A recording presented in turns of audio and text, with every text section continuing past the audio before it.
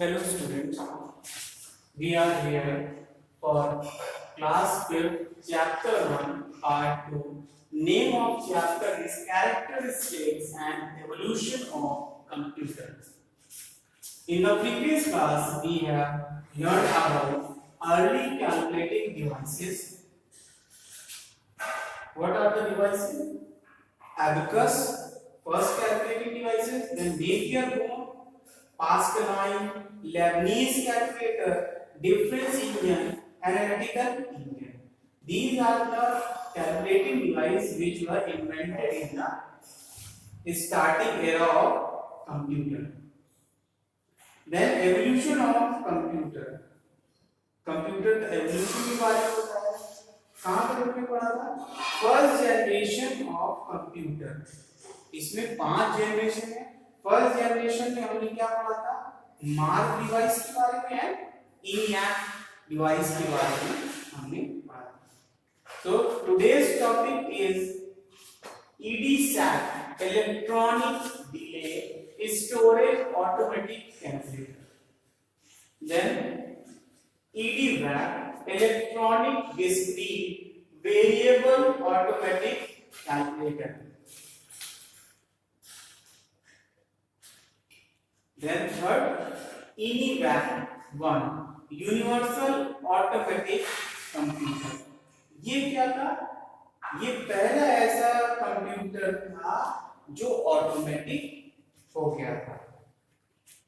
बाकी ये पहले कैलकुलेटर्स बनाए गए थे। Then limitation of first generation of computer, क्या क्या उनके रिस्ट्रिक्शन है, लिमिटेशन है, उसके बारे में हम लोग पढ़ेंगे। Then second generation of computer, second generation of computer कब से स्टार्ट हुआ? 1959 से 64 तक। थर्ड जनरेशन कंप्यूटर 1964 से 70 तक। फोर्थ जनरेशन कंप्यूटर कब तक? 1971 से 1985। Then fifth generation of computer 1985 से और इस टाइम जो हम इस टाइम कंप्यूटर यूज कर रहे हैं वो फिफ्थ जनरेशन कंप्यूटर है। और अभी फिफ्थ जनरेशन कंप्लीट नहीं हुआ और सिक्स्थ जनरेशन स्टार्ट नहीं हुआ है। सो हम किस एरा में चल रहे हैं? Fifth generation of computer. So let's start with the today's topic.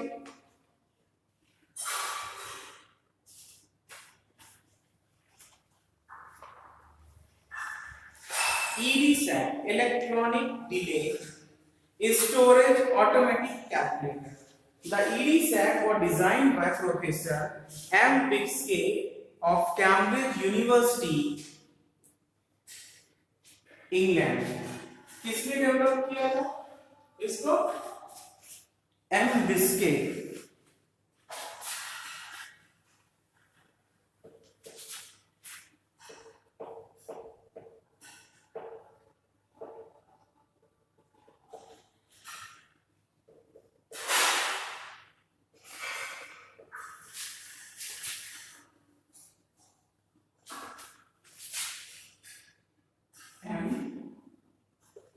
Wilkes of Cambridge University, England. In the year 1949, कब डेवलप किया? 1940। किसने? M Wilkes of Cambridge university, England. And was slightly faster than ENIAC. ENIAC machine जो अभी हमने last class में previous class में बताई है उससे ये क्या था? और फास्ट था। Its weight approximately 6000 kilometre. Weight कितना था इसका?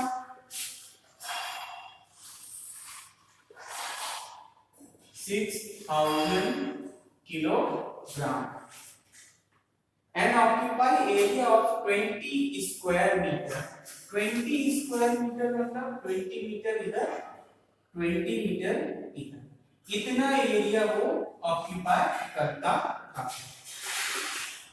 It was the first electronic computer that used store programme. और ये पहला इलेक्ट्रॉनिक कंप्यूटर था जो क्या करता था, स्टोर प्रोग्राम, पहले से उसमें प्रोग्राम स्टोर्ड है उनको यूज करता था। The second is EDVAC, electronic discrete variable automatic calculator. EDVAC was proposed by John P. Eckart and John W. Meucler.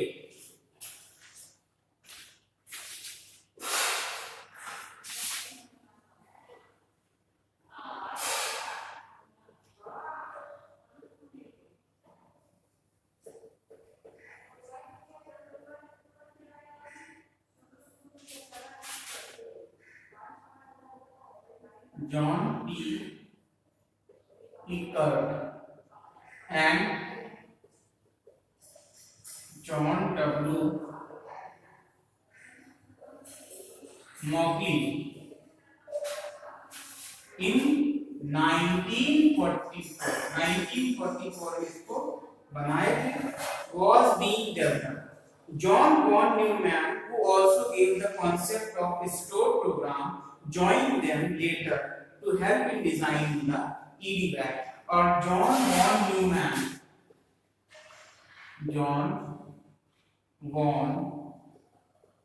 Neumann इन्होंने क्या किया था, बाद में इन लोगों को ज्वाइन किया था, क्योंकि इन्होंने भी एक कॉन्सेप्ट लाया था, कौन सा, स्टोर्ड प्रोग्राम का। इसके थ्रू फिर इन्होंने इसको ज्वाइन किया था और हेल्प किया था इसके designing. It was completed in 1948, 1944 में स्टार्ट किया और 1948 में ये कंप्लीट हुआ था। The EDVAC weighed approximately 8,000 kg, 8,000 kilogram इसका वेट था, and covered an area of 45.5 square metre. कितना एरिया कवर करता था, 45.5 स्क्वायर मीटर, इतना एरिया वो कवर करता था। It has a capacity to hold store program as well as data. इसके पास इतनी कैपेसिटी थी कि ये स्टोर प्रोग्राम को भी हैंडल करता था और डेटा को भी हैंडल करता था। मतलब पहले से उसके पास प्रोग्राम, उसको भी वो स्मूथली चलाता था और जो उसको डेटा दिया जाता था वो भी वो स्मूथली फंक्शन करता था।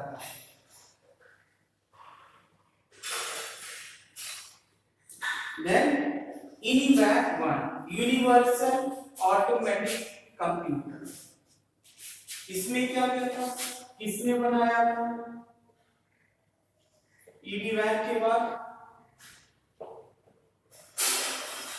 ये सारे स्टेप बाय स्टेप प्रोसेस है। कंप्यूटर एक दिन में नहीं बना, उसको एक कैलकुलेटर बनाया गया, एक डिवाइस पहले छोटा सा बनाया गया जो मैनुअल था, इसको अबेकस, उसके बाद डिवाइस को इंप्लीमेंट करते करते कैलकुलेटर बनाया गया, कैलकुलेटर को और इंप्लीमेंटेशन करते करते फिर ऑटोमेटिक कंप्यूटर आया। EDVAC-1 was developed in the year 1951 में इसको डेवलप किया गया, also by J. Presper Eckart, by J. Presper Eckart and John Mauchly। जो अभी जॉन मॉकले यहाँ पे electronic discrete variable automatic calculator में वो क्या किया और इम्प्लीमेंटेशन करने पे उन्होंने इनके साथ 1951 में EDVAC-1 डिजाइन किया। इट वेट अप्रोक्सीमेटली 13,000 किलोग्राम और इसका वेट कितना था, लगभग 13,000 किलोग्राम, और एरिया कितना ये कवर करता था,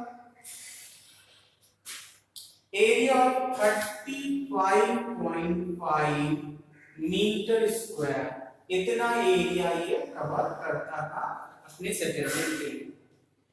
It was the first commercially available electronic computer and also the first computer to handle both numeric and text data. पहला कमर्शियल कंप्यूटर था,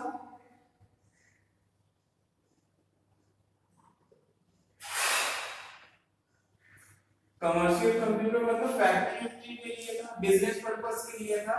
और दूसरा इसमें क्या था, इसमें न्यूमेरिक और डेटा,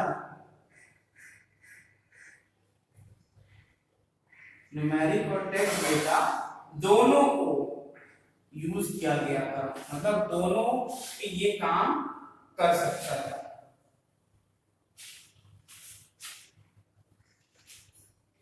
देन इसमें क्या था, यूनिमैथ में किसने किसने बनाया था, जे प्रिस्पर इकार्ट एंड जॉन ब्यूकले 1951 में उन्होंने बनाया। वेट इसका क्या था, 13,000 किलोग्राम। एरिया कितना कवर करता था, 35.5 मीटर स्क्वायर। कमर्शियल कंप्यूटर था, फर्स्ट कमर्शियल कंप्यूटर था। और इसमें क्या क्या यूज होता था, numeric and text data. Numeric मतलब नंबर्स और टेक्स्ट मतलब अल्फाबेट, ये यहाँ पे यूज किया जाता था। Then next is limitation of first generation of computer. कौन कौन से लिमिटेशन है फर्स्ट जनरेशन ऑफ कंप्यूटर? पहला, the major limitation of first generation of computer are as follows. पहला है, there operating speed was quite slow. Operating speed क्या थी, slow operating speed थी, मतलब जो ड्रॉबैक होते हैं उसको लिमिटेशन होते हैं। दूसरा क्या था, their power consumption was very high power consumption, मतलब बहुत ज्यादा हमारी इलेक्ट्रिसिटी को यूज करती थी। Then they require large space for installation.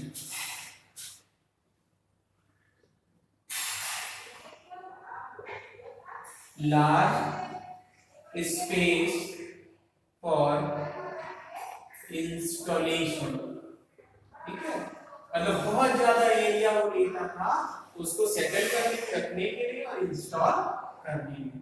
Fourth limitation क्या है, their potential to be programmed for task was quite limited, मतलब उसके टास्क क्या है, लिमिटेड टास्क पोटेंशियल, मतलब बहुत ज्यादा उससे काम नहीं किया जा सकता था, एक लिमिटेड वे में वो काम कर सकता था। ये उसके लिमिटेशन थे चार, ठीक है।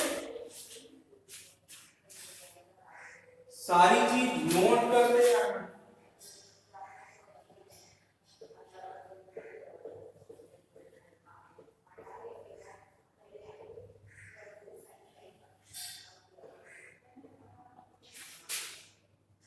हमारा टीडी सैप हो गया, टीडी वैप हो गया, यूनिवैप हो गया और limitation of first generation. Now come on to the second generation of computer जो कि 1959 से 64 तक है। The following are the characteristic of second generation of computer. क्या क्या उसकी कैरेक्टरिस्टिक है सेकंड जनरेशन ऑफ कंप्यूटर की? पहला, दे use transistor.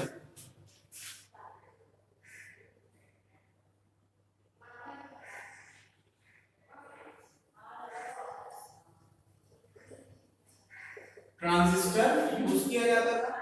Second, they were smaller, faster, cheaper and more efficient then the first generation computer. वो first generation computer से ज्यादा, उससे छोटे थे उससे और तेज थे और पैसे में भी उससे कम थे, मतलब चीप थे, सस्ते थे और इफेक्टिव थे हमारे first generation computer. Then they contain all the component that you associate with modern day computer। मतलब वो सारे कंपोनेंट जो प्रिंटर हो गया, स्टोरेज कैपेसिटी हो गया, डिस्क स्टोरेज हो गया, ऑपरेटिंग सिस्टम हो गया, इन सब को वो वहां पे कंटेंट को रखते थे। Then next is the programming language like COBOL and Fortran came into use at this time। जो प्रोग्रामिंग लैंग्वेज थे COBOL और Fortran वो इस टाइम पे इसके लिए लाए गए, सेकंड जनरेशन ऑफ कंप्यूटर थे।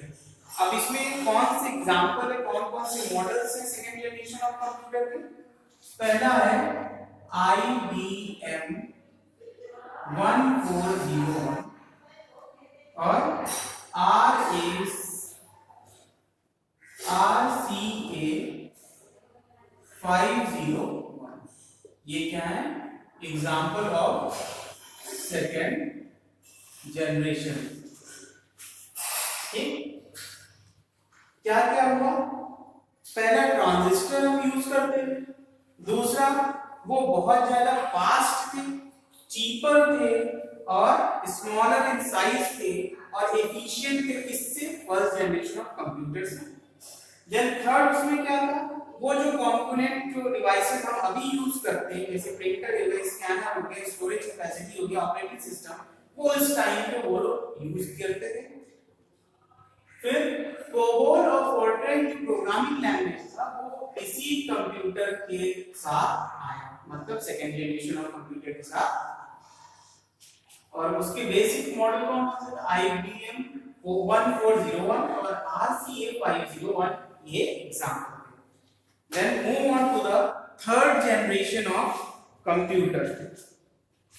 Range of year 1964 to 1970।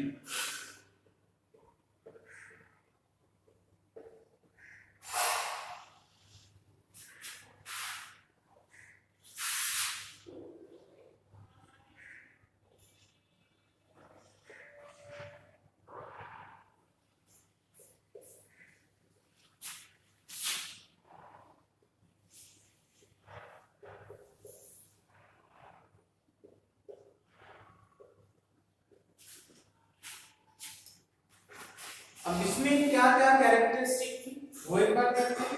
The following are the features of the third generation of computers। They use integrated circuit। क्या यूज करते थे? अभी हम सेकंड जनरेशन में क्या यूज करते थे? ट्रांजिस्टर्स।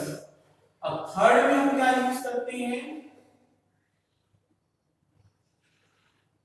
इंटीग्रेटेड सर्किट्स, जिसको आईसीज बोलते हैं। Second, they were smaller in size as compared to second generation of computer।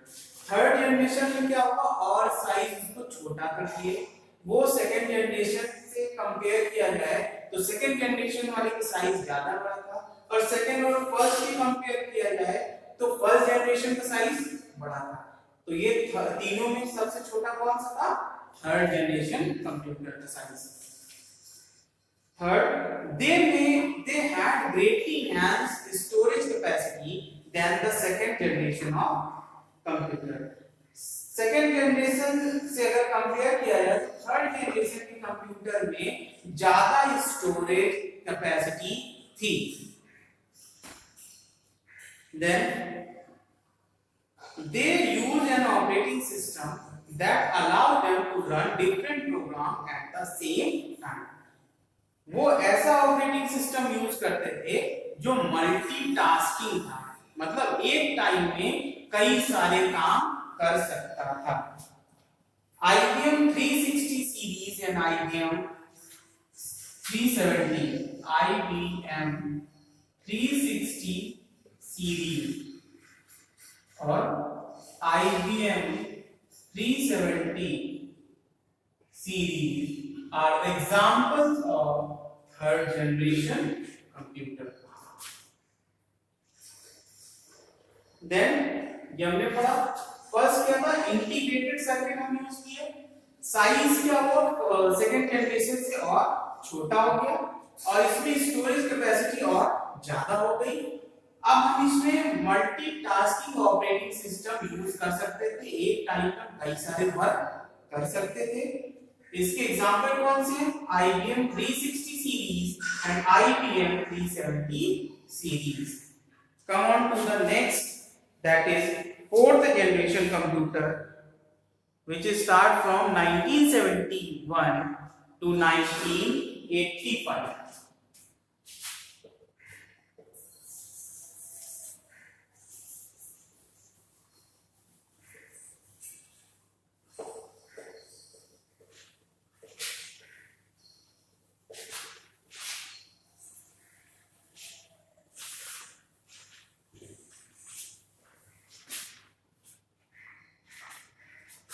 Next is fourth generation of computer, 1971 to 1985. The following are the characteristics of fourth generation of computer, that is the present day computer. They use microprocessor, a type of very large scale integrated circuit. वो क्या use करते थे, VL, very large scale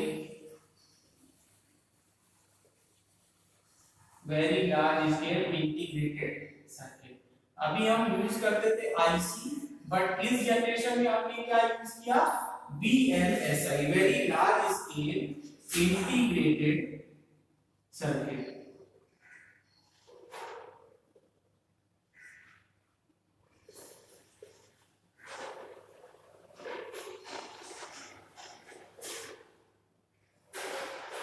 ये इसका characteristic है। Second characteristic क्या है, which contain all the components of CPU on a single chip। और ये क्या करता था, सारे कंपोनेंट ऑफ CPU अपने साथ रखता था, मतलब एक चिप में ही पूरा आ जाता था। The VLSIC perform the bulk of processing and control all part of system। bulk of processing और क्या करता था, ये पूरे सिस्टम को कंट्रोल करता था। The use of microprocessor result in decreased size and increased efficiency। Microprocessor जब यूज किया गया इसमें तो क्या होता था, साइज छोटी हो गई और स्पीड ज्यादा हो गई, मींस साइज डिक्रीज हो गई और स्पीड इंक्रीज हो गई।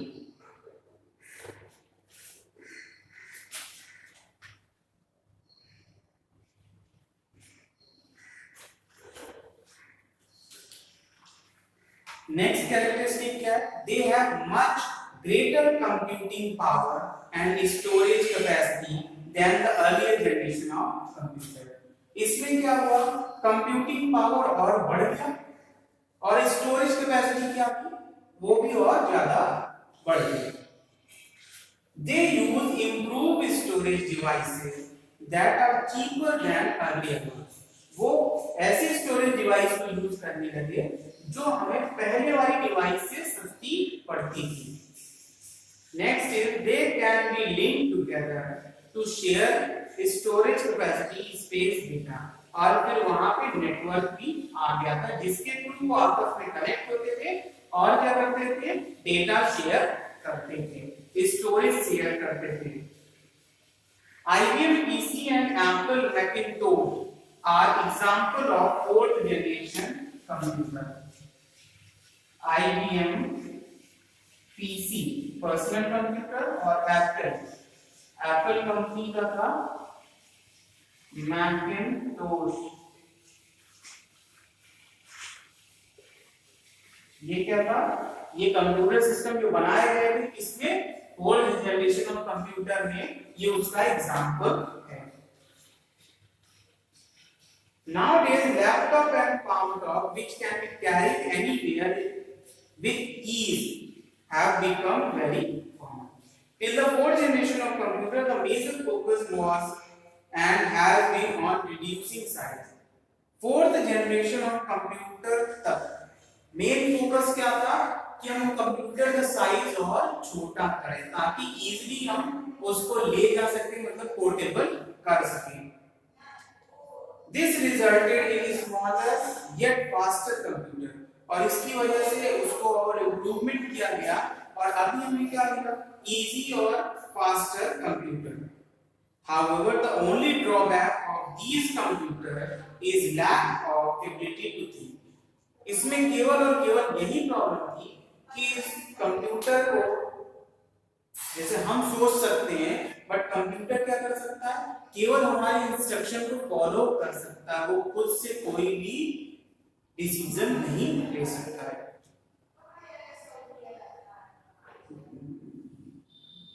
However, the only drawback of these computers is lack of ability to think, which one is attempting to achieve in the so-called fifth generation of computer.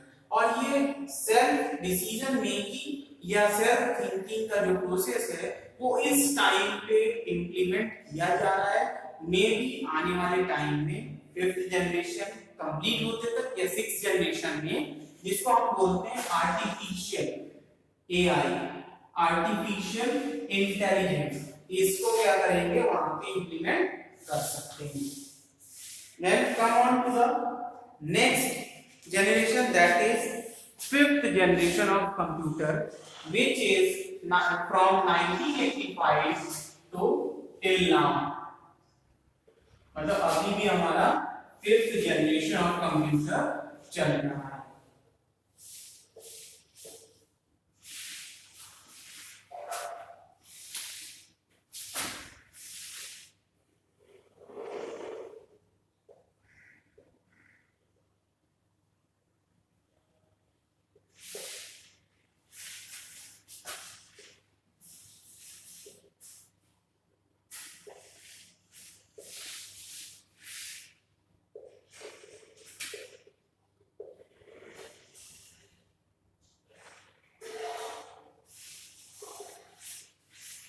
Fifth generation की characteristic क्या है? The fifth generation of computer is referred to as a supercomputer. उसे super computer कहते हैं। Super computer have very high storage capacity, high speed and the ability to carry out highly sophisticated operation. जो super computer होते हैं उसकी speed बहुत ज्यादा होती है, वो क्या करते हैं, कॉम्प्लेक्स जो बहुत डिफिकल्ट सम्स होते हैं या कैलकुलेशन होते हैं वो विद इन अ सेकंड, और एक नहीं मिलियंस एंड ट्रिलियंस ऑफ जो भी उसके कैलकुलेशन होते हैं वो within a second complete कर देता है। Super computer very high storage capacity, बहुत ज्यादा उसके पास स्टोरेज कैपेसिटी भी होती है, high speed and ability to carry out highly sophisticated operation. The Cray 1 series is an example of super computer. Cray 1 ये किसका एग्जांपल है, सुपर कंप्यूटर का।